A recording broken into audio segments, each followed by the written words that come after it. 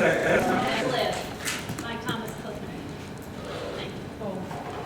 Okay, and I'm introducing a couple of new members, new appointments.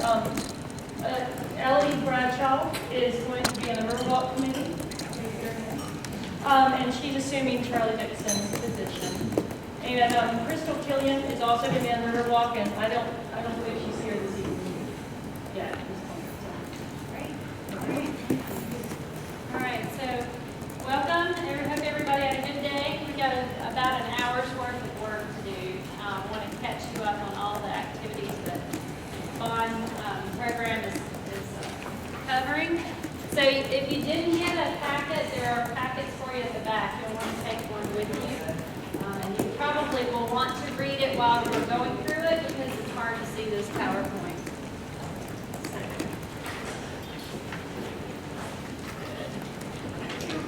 All right, so who's going to start? So last Tuesday night, City Council reviewed on first reading the contract for City Walk and the contract for Gateways. So they approved them, and so we're moving forward. Those will go back on the agenda September 6th, which is next Tuesday, for final approval, and then we'll give notice to proceed. But we want to share with you the selection that was made for both of those contracts. And so many of you participated, but some did not, so we don't want to assume that you have all the information. We want to take you through it. So in your packet behind the minutes there are several things. Start with the two loose leaf, front and back. One says City Walk Design, the other says 321 Gateways Design. So this is your set of talking points. Keep it in your car, take it with you if you go out to dinner. Somebody asks you kind of what the deal is. This has all your pertinent information about both of these projects. And so we will go over this information, but just kind of hold that out separate. If you need to refer back to it for someone or make a copy of it, it's fine. The second set of documents you have is our timeline, which will get, you have two types of timelines. Kind of set those aside. And then we've got, of course, the updated bond commission, your group's contact list.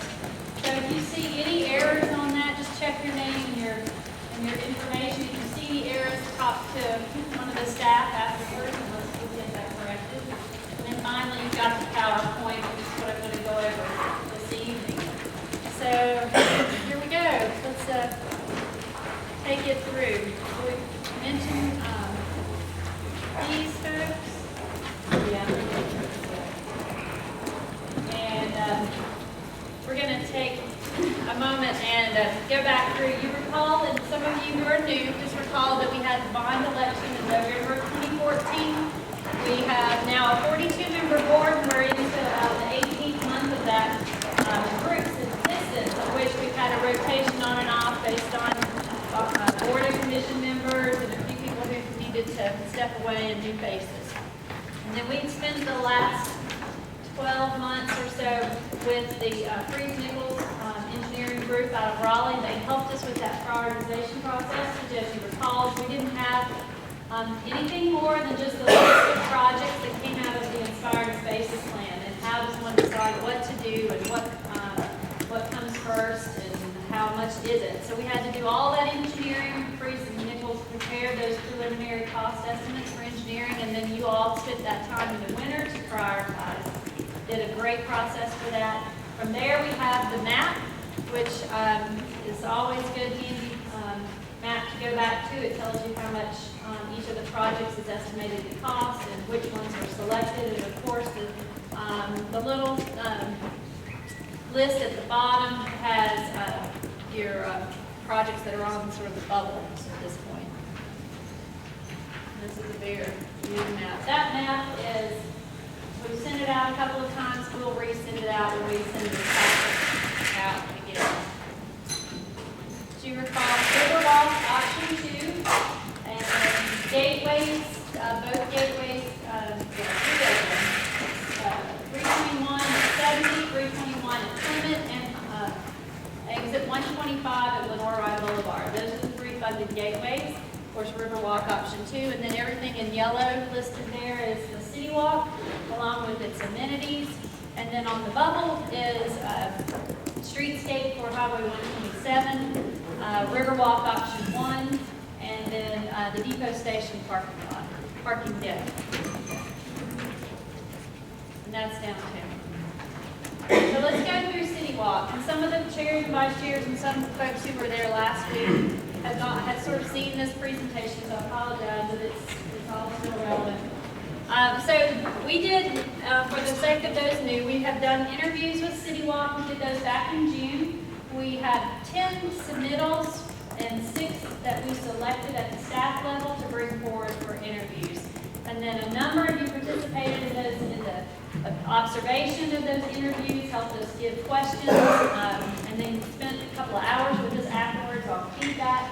And we really felt like we had a great interactive process that still met our goals for preserving that RFQ and that selection.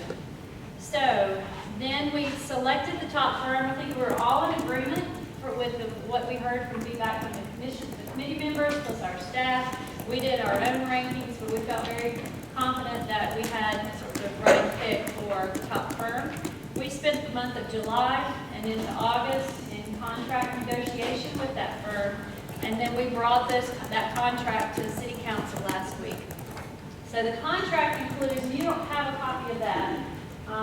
It's in the, we can provide that if you need it, but it's really pretty technical, and it basically has a scope of services, a fee, and then the legal language that cities use for contracts. So it has those pieces and parts to it. So we recommended, and you all recommended with us, the firm called AMEC Foster Wheeler. This firm has offices in Raleigh, and Nashville, and Atlanta, and they're in Charlotte. Their team is broad. The firm is a big engineering firm, but they have lots of services under their umbrella. So you might recall they were heavy in landscape architecture. In fact, they have 5 staff that are licensed landscape architects providing services on this project. They actually had Norfolk Southern as one of their clients, so we felt like they had a good relationship and understood the railroad component that we have in City Walk.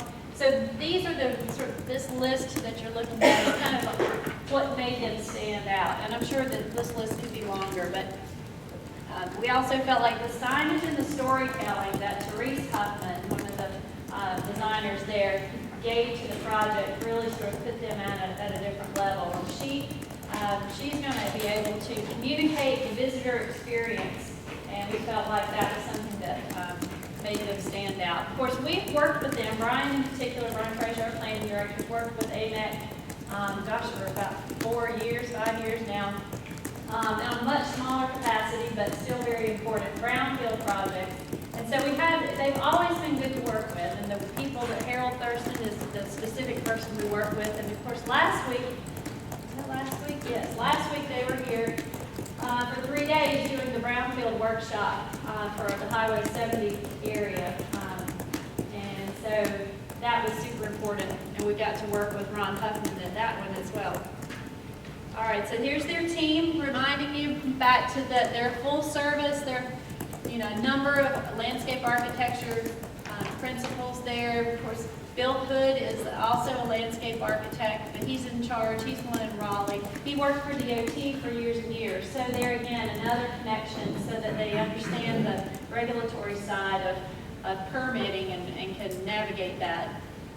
They had a great bridge design, PE, Barry Brown, and of course, that's the full list of who we'll work with.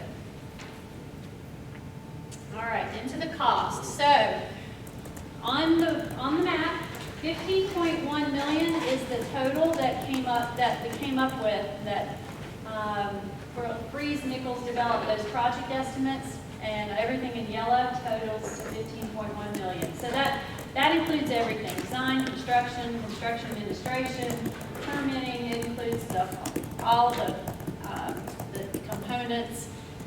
So that, and plus a contingency. So a very conservative number.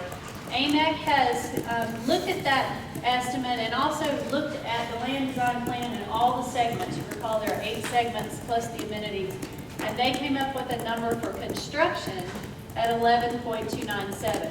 Of that, $997,971 is the design fee, which equates to about 8.8% of the total cost of the project in design. So that's just something we try to make sure we have design firms not get too high in their cost for their fee for designing the project, because that's something that we want to keep it in that sort of industry standard of 8 to 9%. We got it there. And then breaking that down, so not only the 997, 971, but there are a number of things that had to happen along with the project. So doing the utility locations, going through the whole process for that, digging up and identifying where the utilities are, right-of-way document prep. You can see this list here. There were 24 site inspections and visits that they spec'd out in this cost. Of course, they anticipate $50,000 in agency permits and fees and expenses. That could be the railroad, that could be everything from Catawba County to the state to DOT. So a grand total not to exceed of $1,095,191. So some City Walk grants that we are working on and have gotten. The top one, that STPDA, that's the federal money coming through the local COG, and we're in the process of knowing what that answer is. And we think it's going to be yes for $4.5 million, of which 3.6 is new money, and then our match is the balance. So looking at that grant coming in for City Walk construction, and this is the resolution that we had to pass back in July, end of June. To apply for those grants, these are dollars that come from the federal government, and communities get to apply for monies locally, and so we are, sharing that pot of money with Conover and Newton and other cities in our 4-county region, but it's a great source of funds. And then the second one is, of course, the State Transportation Improvement Plan. You remember that one? It's $9.676 of which is new money for us. So we've got some fairly significant grants coming in for City Walk construction. Now the 9.6 is slated for 2020, but as we move forward, we can petition that to be moved up on this bid. And that 20% match comes from The bond local- money? Yeah, Okay. yes. Rodney will go into a little bit of that in a minute. All right, so just going back to the contract though. So what you're going to find, and it's highlighted on the 2-pager sheet plus in here, is that we're going to have several times when this group participates with the AMEC, obviously, but design, like a beginning design workshop, like starting from not scratch, but with some really rudimentary design, very good, but rudimentary design. So having that preliminary workshop fairly soon, and then a 40% design review for the bond commission, and an 80% design review for the same group, and then final construction plans developed after that. So those are the touch points for this group. Staff will be plugged in at a 30 and a 60, just to be able to work out bugs that we see, and then 40 and 80 brings it to your group. You can amend things that you see, but the real work, I think, is at that preliminary workshop where we all share some greater vision for the City Walk. Do we need to set a date tonight for that? No, Or we you can't. can do it later? We're working on that schedule. Okay. So Burke mentioned something important. The scheduling of all this is tricky, and we are waiting for the engineers to provide us with sort of a master schedule, plugging in all those dates, because this runs for the next year. So getting us all the way to 100% design is really November, December of next year.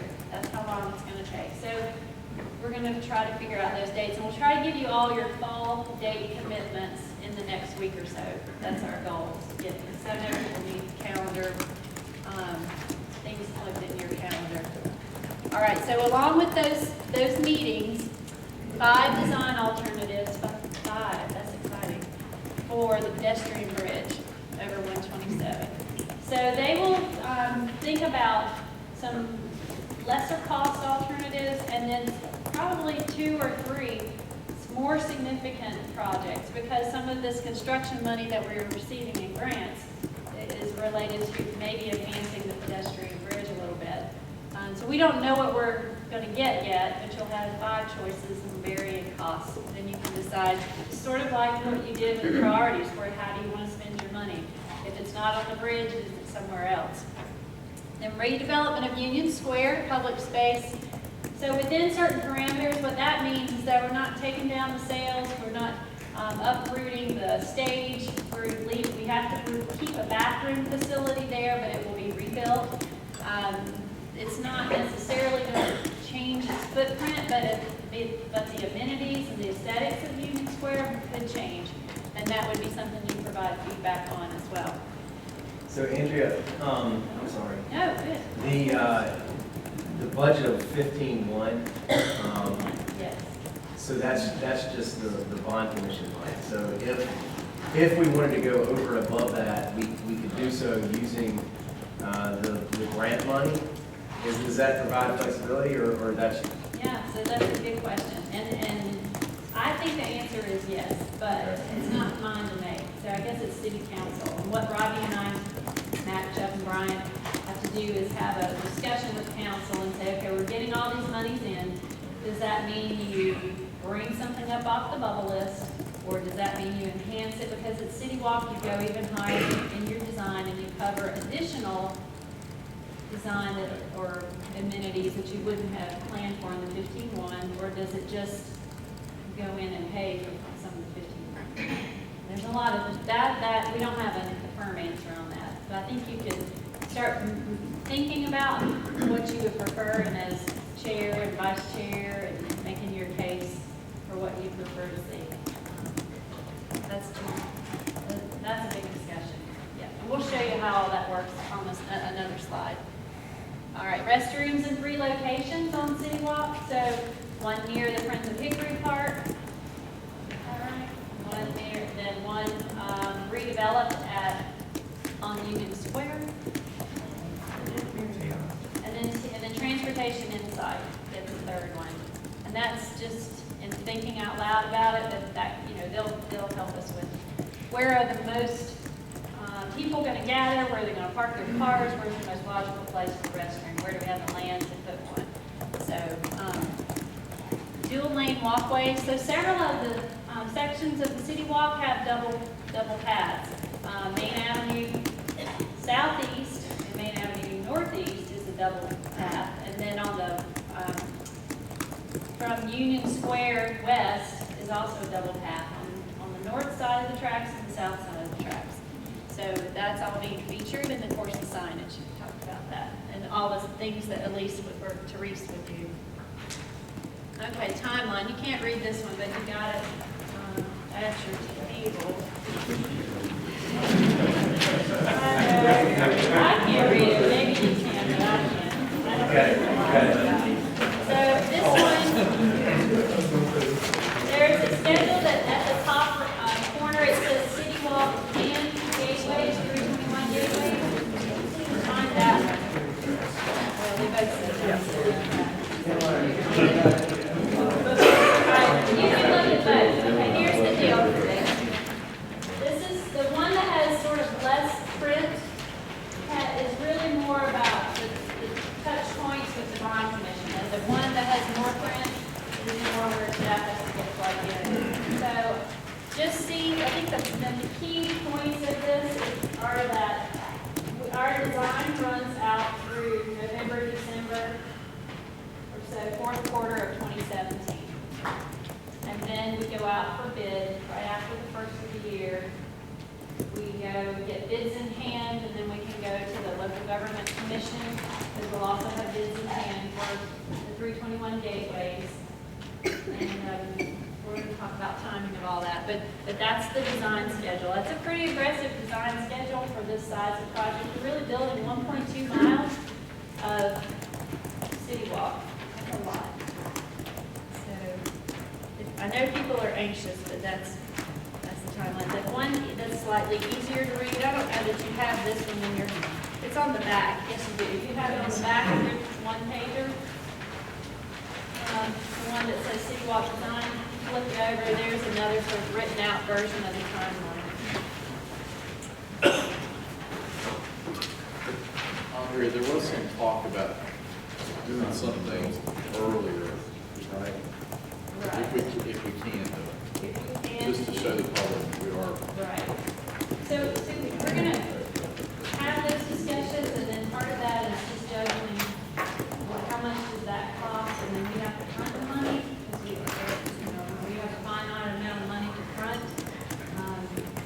So, yeah, I think there are some things So- we can do, so- we don't know what they are. So some of the things that we talked about in our prior sessions were that we were worried that we wait till November 18th for the public season thing, that they'll think we're not doing it.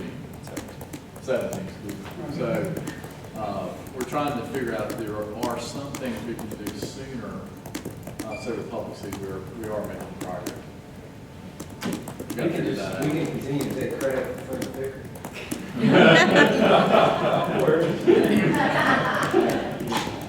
We can take credit for a lot of it.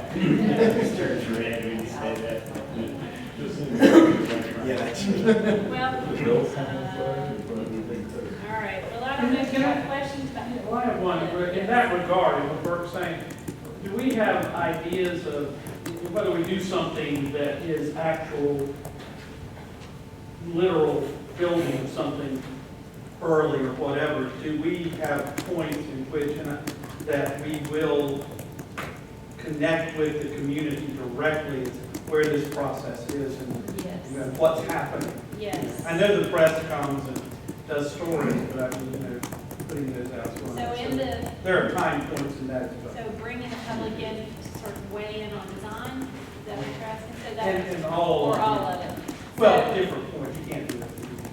Right, so I think, Mayor Pro Tem Brad Lael last week mentioned that specifically and felt like we needed to have, when we have an update with this group at those milestones, we need to have a city council meeting and public forum where the public's invited, encouraged to come, sort of a open house, walk through, look at the plans, and give feedback. So we'll have some of that plugged in at the early stage, the 40 and the 80. Yeah, absolutely. Good one. All right. I'll just keep going. Gateways, all right, next one. So, similar process. We posted this one and we posted the RFQ, not for City Walk, but for Gateways. In June, we did those interviews in July. You guys gave us feedback. We took that and developed the scope and fee. And that project was also on the August 24th City Council meeting. Then a contract negotiation, a much easier contract, but it was nice to get the hard one done first and have a great sort of template to follow with these 40%, 80%, everything's the same that way. So while we chose AMEC, we know in this room that they were the only firm. I don't know that they know that, but don't write that down. But we're trying to keep them in the dark, but. They rose to the top. They were the most qualified firm. But they did have significant gateway experience, so, I mean, we didn't have to choose them, but I think you'll see why. And I'll show that in the next slide. But we are interested in, again, their ability to think about branding and continuing the storytelling in the design of those gateways. They have, of course, a strong relationship with DOT and have done the gateways for the state of North Carolina. And of course, same issues with full service and strong group. So here's the list of all the gateways they've done in several states, but really this is a list for Georgia, and some Illinois, NC, and North Carolina. So the whole NCDOT gateway program, I don't recall how many, 12 gateways, it's a significant number. So they've done a lot in this. They bring a lot of expertise to it. Very similar design team, smaller group, but with a lot of the same faces. So we feel like we have some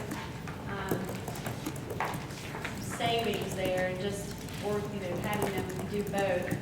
Here are the costs for that. The Freeze Nichols Bond Program project estimate had that, those two gateways at a total of $250,000. So the Clement Boulevard 321 gateway is $150,000, and the 70 and 321 is $100,000 from the plan itself.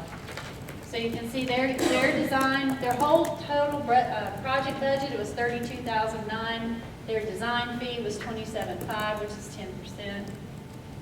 And getting to the next slide, a few more items that go after the design, some additional assistance, site visits, regulatory permits. All right, the next one that looks like it's underlined, uniform temporary signage design. This goes sort of to the chairman's point too, is that we feel like we need to start marketing and telling the story and doing it in a professional and well-developed manner. So some signage that's temporary, coming soon. I'm not the one that would design any of that.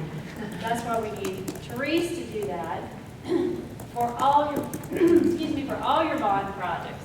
So get all the streetscapes, the ones coming in the future, the ones we're tackling now, all have some sort of themed temporary signage that says this is what's happening here, and maybe City Walk has it at 3 locations, the gateways definitely have it.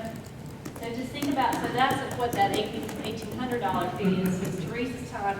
She'll work with you all to come up with sort of how you want to message this, right, to the public as they drive by. And maybe some flyers. Everything is going to be professionally designed, and then we go and have the signs made as we're ready for them.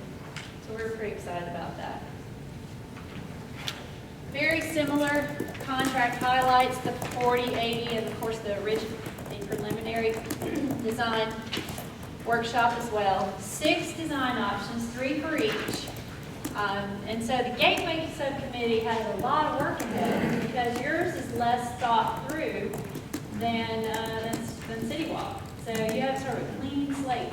Now, baseball theme is something that we've just been respectful and honorable that if you're at Clement Boulevard and you've got the crawdads right there, crawdads have been wanting a sign out on 321 just to say, the game's for tonight or tomorrow night or whatever. We said, just wait, we've got a gateway. There might be one that they can come up with as baseball theme in that location. But it doesn't have to be that way. But if it all worked out, it'd be nice. So the gateway improvements along 321, especially at Clement, are affected by the 321 widening. We have those plans in our office, and we will share them with you when we come to that first design workshop.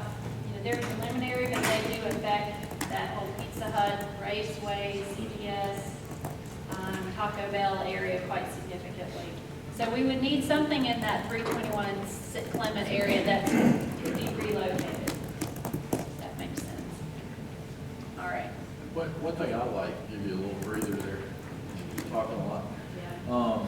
is that AMAC has some artists on board that come up with some great ideas. If y'all saw their portfolio, it's pretty wide and varied in how they can do it, and they listen to what is local here and what we want to project, and they also are willing to use local artists for input.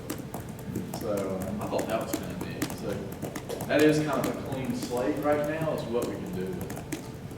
On that note, because as things come to my mind in that arena, should we be holding that thought until this workshop, or is there someone we could email directly? I think we should As probably, ideas? I defer to you guys, but I think we probably should wait a little bit and let them come up with a plan until we start engaging others. Yeah, I think, they aren't working yet on any of it. Okay, I didn't know Yeah, that. they're gonna Preliminary start research. their work with the workshop. That's my understanding. Okay, almost done. Yes.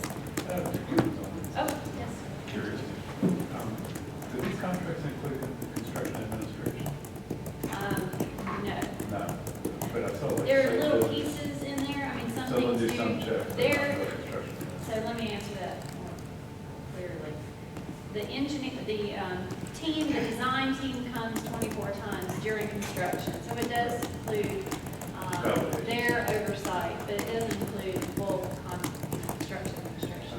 Yeah, that'll be separate. That'll happen through the bid with the contractor. Is there going to be a separate design effort on the streetscapes themselves, or is the city going to do that? No, separate design effort.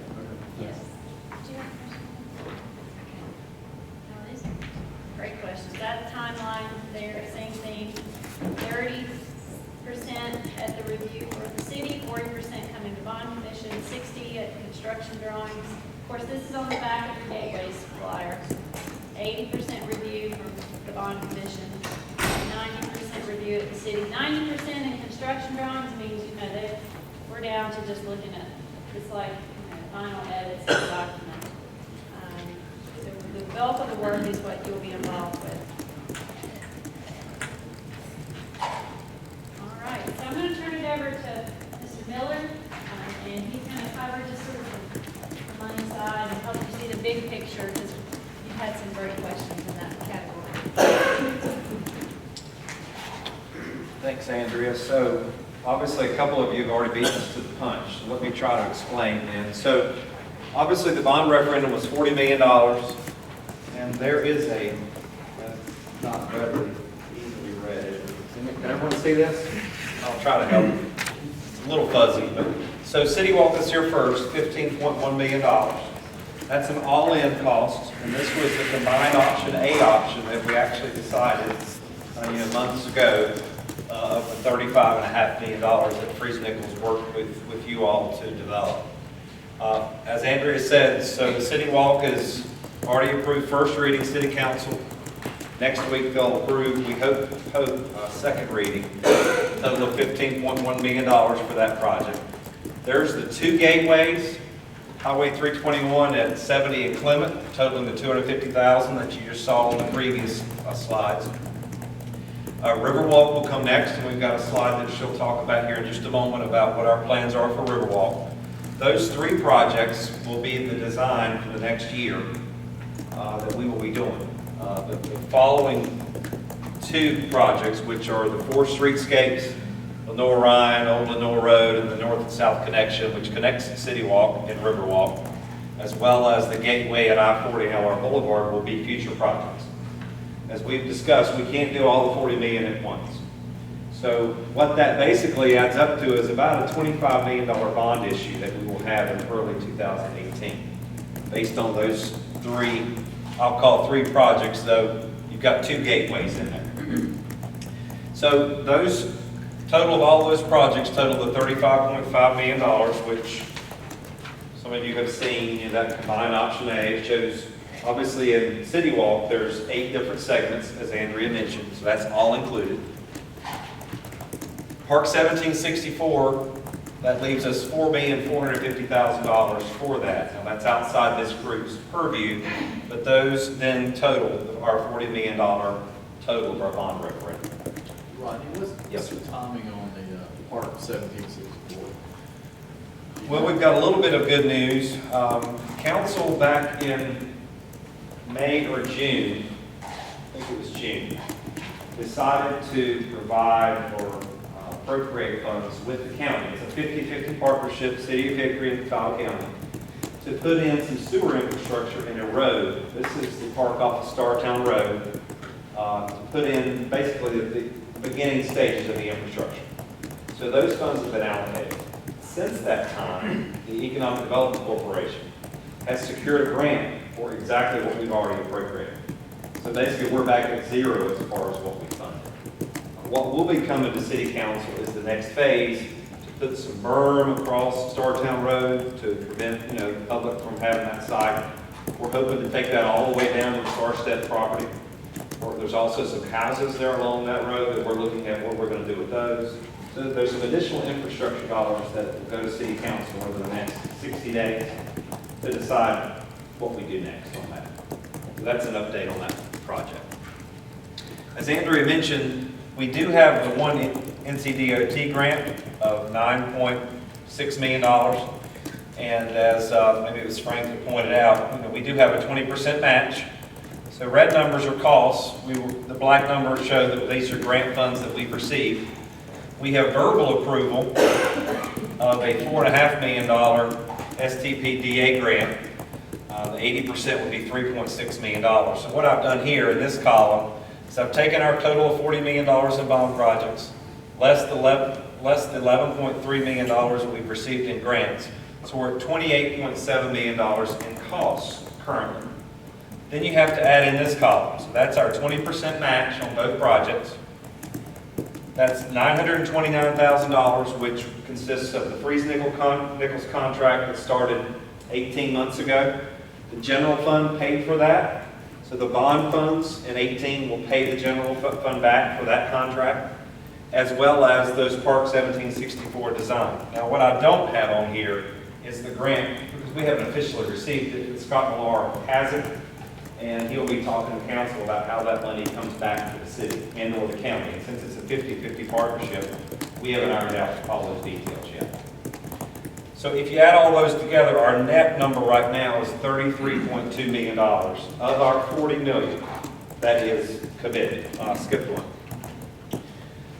Riverwalk, and we can talk about this with the next slide.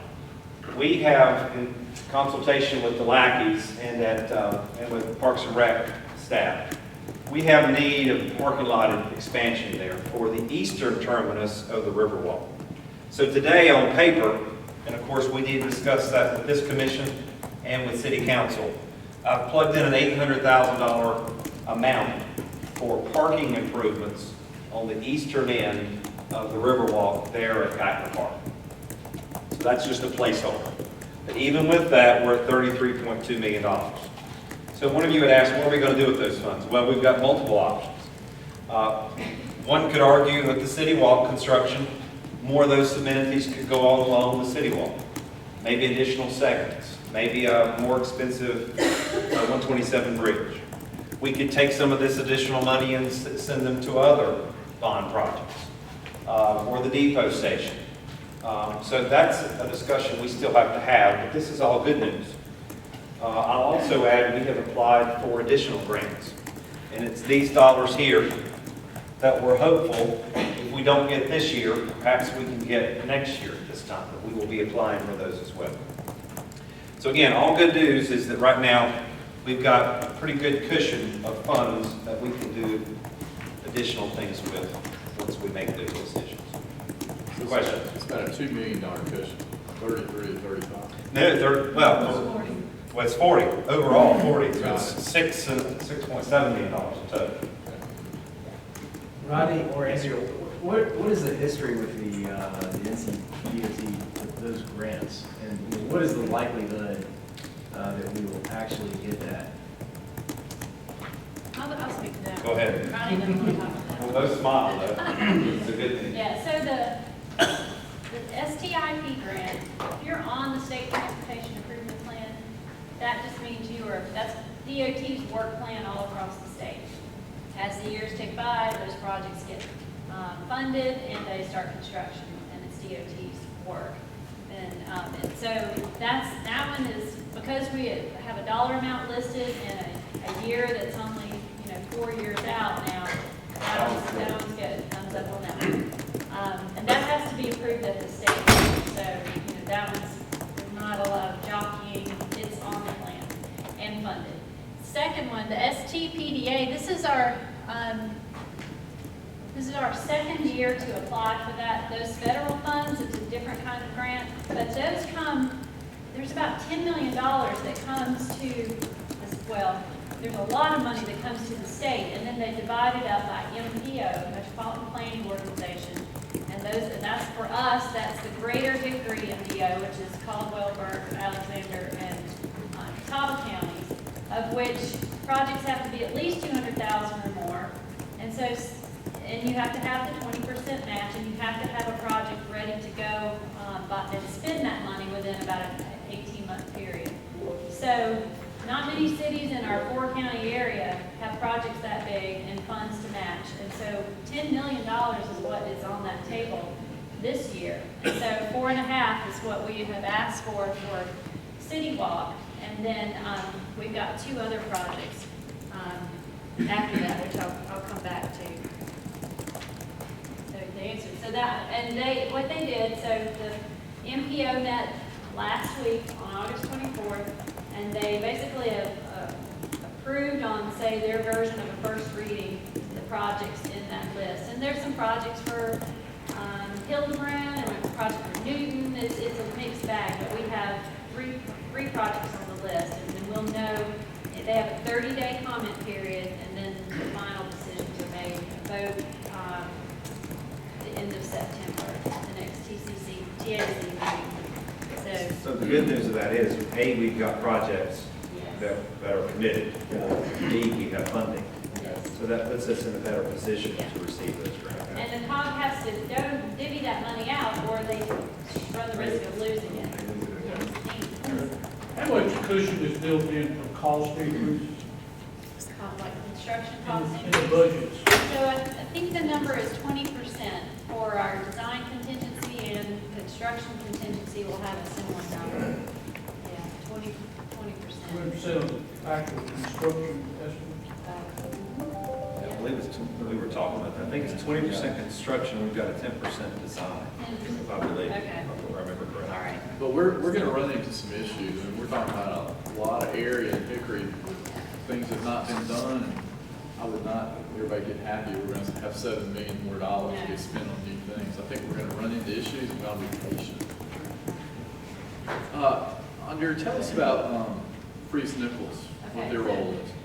I remember we selected Freeze Nichols March of 2015. They worked with us all the way through till their contract, their first phase contract was up roughly in February after we did the prioritization.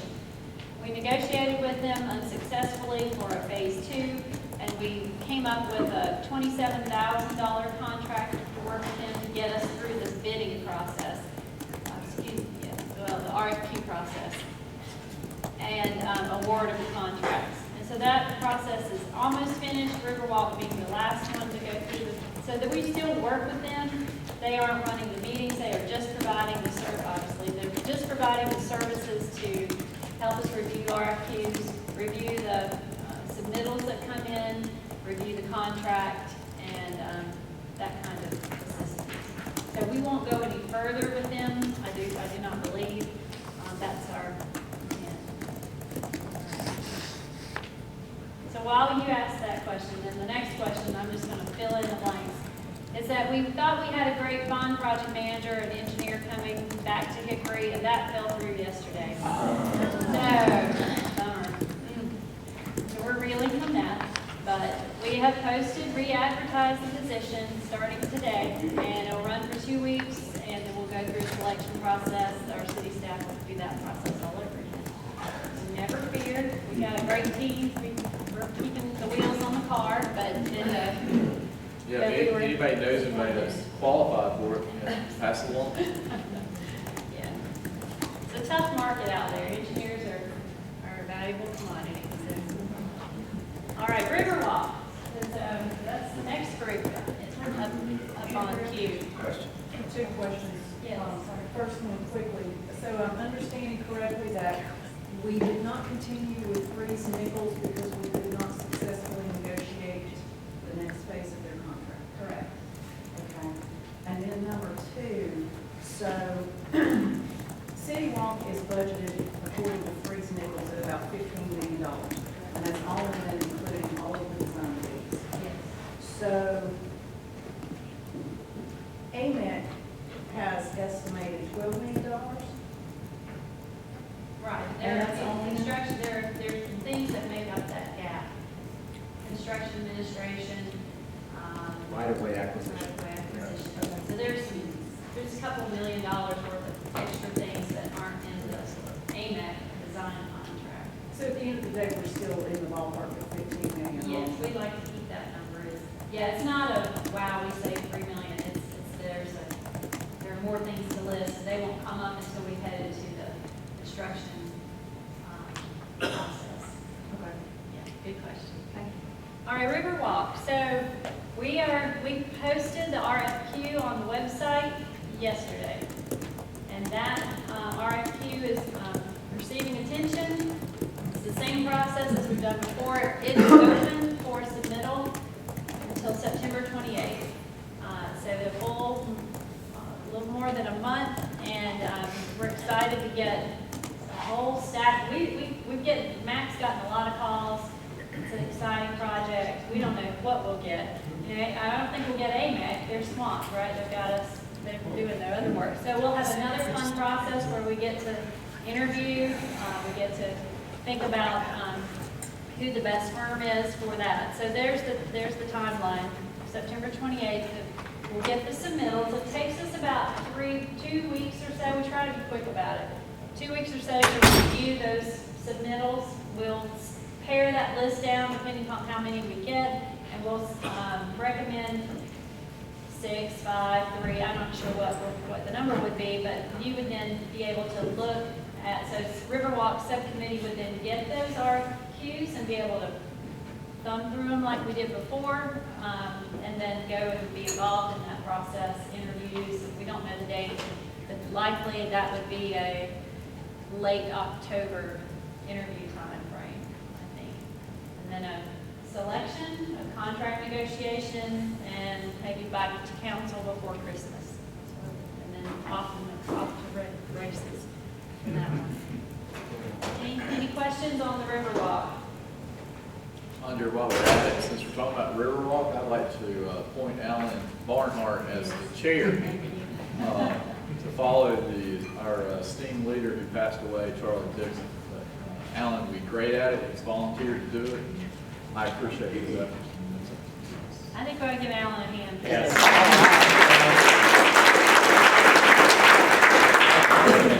Yep, that's good, thank you. We've already talked about, okay, the Tiger Grant, we worked hard on that.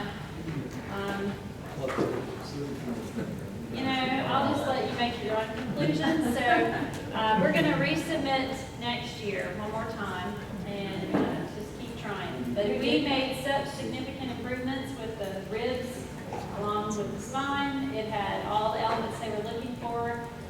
Mayor and, 3 council members, Yade and Daisy, went to DC. They met with DOT 2 or 3 days or less than right before the decisions were made, and the staff loved that project.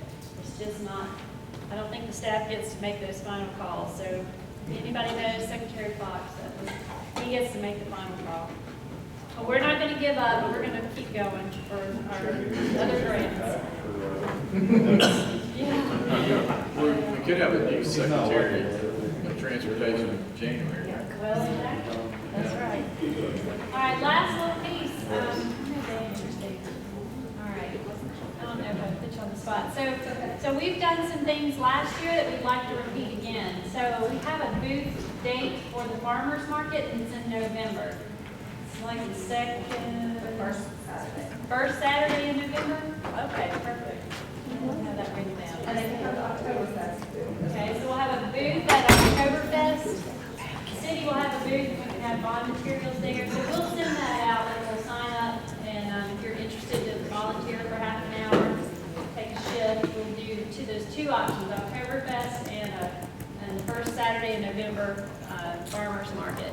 And then we did last year a community briefing or community meeting and that was at Reds Mill, remember? And so we want to do something like that again. And we will get that organized. Once we have some design, we may shift that slightly later so we can have, 30% design or some stage that makes sense for the public to come and observe what you're doing. So just FYI, all that, and then maybe another HDR insert possibly, or we're continuing to keep the information coming. That's it. That is it. Any other questions? That's a lot of detail. I feel poorly if I didn't ask this. If we have come in under budget on this, is there a foregone conclusion that we spend the additional $7 million in there? Is that part of the referendum and not increase the liability for our taxpayers? Or at least go back to the taxpayers and ask them what they want to do with it?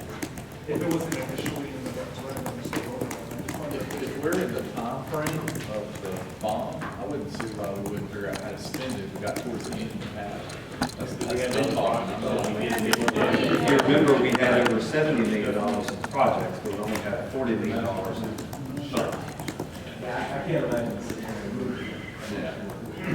So you think that will just absorb into We're whatever? gonna have all kinds of. Yeah, although there's a bunch of projects, part of the Does the press still are going back to the drawing board and picking those out, or? Well, they're on there. It's part of Like the bubble. Yeah, further up, yeah.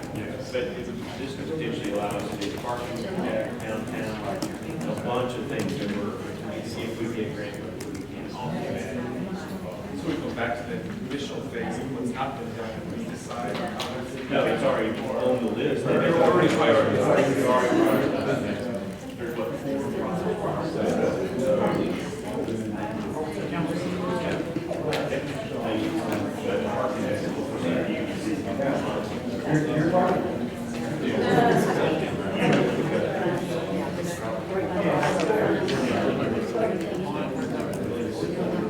All right, so for the agenda, I think we hit everything. We're not doing this breaking the subgroups. We're not breaking to that yet. So the next meeting will probably be in December. Y'all keep watching your emails, and we'll get that around to you.